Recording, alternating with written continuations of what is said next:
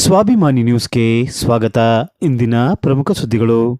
ಸಾಗರ ತಾಲೂಕಿನ ಕಾರ್ಗಲ್ ನಾಡ ಕಚೇರಿಗೆ ದಾಖಲೆಗಳನ್ನು ಕೂಡಲೇ ವರ್ಗಾವಣೆ ಮಾಡುವಂತೆ ಕರ್ನಾಟಕ ದಲಿತ ಸಂಘರ್ಷ ಸಮಿತಿಯ ಪದಾಧಿಕಾರಿಗಳು ಇಂದು ಸಾಗರ ಉಪ ವಿಭಾಗಾಧಿಕಾರಿಗಳ ಕಚೇರಿ ಎದುರು ಪ್ರತಿಭಟನೆ ನಡೆಸಿ ಸಾಗರ ಉಪ ವಿಭಾಗಾಧಿಕಾರಿಗಳಿಗೆ ಮನವಿ ಸಲ್ಲಿಸಿದರು.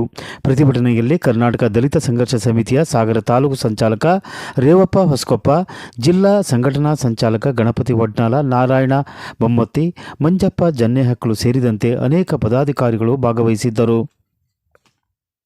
जिंदाबाद जिंदाबाद जिंदाबाद बीएसएस जिंदाबाद कर्नाटक दलित संघर्ष समितिಯ ಹೋರಾಟಕ್ಕೆ ಜಯವಾಗಲಿ. ಪ್ರೊಫೆಸರ್ ಬಿ ಕೃಷ್ಣಪ್ಪನವರ ಹೋರಾಟಕ್ಕೆ ಜಯವಾಗಲಿ. जिंदाबाद जिंदाबाद बीएसएस जिंदाबाद.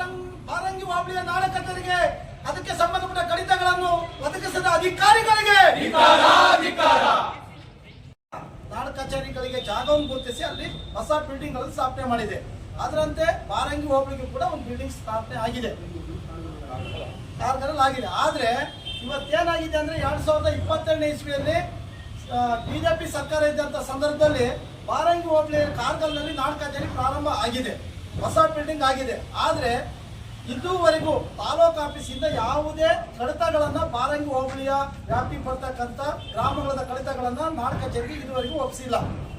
ಅದಕ್ಕೆ ಸಂಬಂಧಪಟ್ಟಂತ ಸಾಕಷ್ಟು ಜನ ಗ್ರಾಮಸ್ಥರು, ರೈತರು, ಅಲ್ಲಿ ನೊಂದಿರ್ತಕ್ಕಂಥವ್ರು ಎಲ್ಲರೂ ಬಂದು ತಹಸೀಲ್ದಾರ್ಗೆ ಮನವಿಯನ್ನು ಕೊಟ್ಟರು ಕೂಡ ಇವರ ಮನವಿಯನ್ನು ತಗೊಂಡು ತಮ್ಮ ಟೇಬಲ್ ಅಡಿಗೆ ಹಾಕೊಂಡು ಇದುವರೆಗೂ ಕೂಡ ಸಾಮಾನ್ಯ ಜನರಿಗೆ ಆಟ ಆಡಿಸ್ತಕ್ಕಂಥ ಕೆಲಸವನ್ನ ಮಾಡ್ತಾ ಇದ್ದಾರೆ. ಅದಕ್ಕೆ ನಾವಿವತ್ತು ಅಲ್ಲಿಯ ಎಲ್ಲ ಜನಪ್ರತಿನಿಧಿಗಳು, ಅಲ್ಲಿಯ ಸಾರ್ವಜನಿಕರು ನಮ್ಮ ಸಂಘಟನೆಗೆ ಒಂದು ಮನವಿಯನ್ನು ಕೊಡ್ತಾರೆ. ಸರ್, ನಾವು 2013ರಿಂದ ಭಟ್ಕಳ ತುದಿಯಿಂದ ಇಲ್ಲಿಗೆ ಬರ್ಬೇಕು. ಯಾವ ಊರು ಅಂದ್ರೆ ಮೆಗಾನೆ, ನಾಗವಳ್ಳಿ, ಆ ಕಡೆ ಸಿಕ್ಕಾಪಟ್ಟೆ ದೂರದ ಹಳ್ಳಿಗಳಿದಾವೆ. ಆ ಹಳ್ಳಿಯಿಂದ ಇಲ್ಲಿಗೆ ನಾವು ಕೂಲಿಯನ್ನ ಬಿಟ್ಟು ಇಲ್ಲಿ ಬಂದ್ರೆ ಒಂದು ಕ್ಯಾಸ್ಟ್ ಸರ್ಟಿಫಿಕೇಟ್ ಬೇಕು ಅಂದ್ರೆ ಇಲ್ಲಿ ಬರಬೇಕು, ಜನನ ಸರ್ಟಿಫಿಕೇಟ್ ಬೇಕು ಅಂದ್ರೆ ಸಾಗರಕ್ಕೆ ಬರಬೇಕು. ನಾವು ಕೂಲಿ ಮಾಡಿ ಬರೋಂಥವ್ರಿಗೆ ಎಲ್ಲಿ ಸಾಧ್ಯ ಆಗುತ್ತೆ ಸರ್? ಅದಕ್ಕೆ ಸರ್ಕಾರ ಒಳ್ಳೆ ಪರಿಕಲ್ಪನೆ ಇಟ್ಕೊಂಡು ಅಲ್ಲೊಂದು ನಾಡ ಕಚೇರಿಯನ್ನ ಪ್ರಾರಂಭ ಮಾಡಿದೆ. ಆದ್ರೆ ಈ ಭ್ರಷ್ಟ ಅಧಿಕಾರಿಗಳು ಅಲ್ಲಿಗೆ ಆ ಕಡಿತಗಳನ್ನ ವರ್ಗಾವಣೆ ಮಾಡಲಿಕ್ಕೆ ಇದುವರೆಗೂ ಆಗಿಲ್ಲ. ತಾವು ಅದನ್ನ ಹೇಳಿ ಸರ್ಕಾರಕ್ಕೆ ಹೇಳಿ ಅಧಿಕಾರಿಗಳಿಗೆ ಹೇಳಿ ಮಾಡ್ಕೊಡಿ ಅಂತ ಹೇಳಿ ನಮಗೆ ಮನವಿ ಮಾಡ್ಕೊಂಡು ಅದರಂತೆ ಇವತ್ತು ನಾವು ಎಸಿ ಅವರಿಗೆ ಮನವರಿಕೆ ಮಾಡ್ಕೊಡ್ಲಿಕ್ಕೆ ಬಂದಿದ್ದೀವಿ. ಎಸಿ ಸಾಹೇಬರು ಏನು ಬಾರಂಗಿ ಹೋಬಳಿಯ ಕಡಿತಗಳನ್ನ ಇನ್ನೊಂದು ವಾರದ ಒಳಗಾಗಿ, ವಾರ ಅಥವಾ 15 ದಿವಸದೊಳಗಾಗಿ ಸಾಗರ ತಾಲೂಕಲ್ಲಿ ಇರ್ತಕ್ಕಂಥ ಬಾರಂಗಿ ಹೋಬಳಿ ಸಂಬಂಧಪಟ್ಟ ಎಲ್ಲ ಕಡಿತಗಳನ್ನು ಕೂಡ ಬಾರಂಗಿ ಹೋಬಳಿ ನಾಡ ಕಚೇರಿಗೆ ಒದಗಿಸಿಕೊಡಬೇಕು. ಕೊಡದೇ ಇದ್ದಲ್ಲಿ ನಾವು ಎಸಿ ಕಚೇರಿ ಎದುರಿಗೆ ಅನಿರ್ದಿಷ್ಟಾವಧಿ ಧರಣಿಯನ್ನ ಮಾಡ್ತೀವಿ ಅಂತ ಹೇಳಿ ಈ ಮೂಲಕ ಸರ್ಕಾರಕ್ಕೆ ಎಚ್ಚರಿಕೆಯನ್ನು ಕೊಡ್ತಾ ಇದ್ದೀವಿ. ಒಂದು ನಾಡ ಕಚೇರಿಯು ಕಾರ್ಗಲ್ನಲ್ಲಿ ಸ್ಥಾಪನೆಯಾಗಿದೆ. ಈಗ ಬಾರಂಗಿಯ ಮೇಘಾನೆ, ಆರ್ಕಳಿಂದ ಕೂಲಿ ಕಾರ್ಮಿಕರು ಇಲ್ಲಿ ಬರಬೇಕಾದ್ರೆ ಒಂದು ದಿವಸ ಟೈಮ್ ಆಗುತ್ತೆ. 50 ರಿಂದ 60 ಕಿಲೋಮೀಟರ್ ಇದೆ.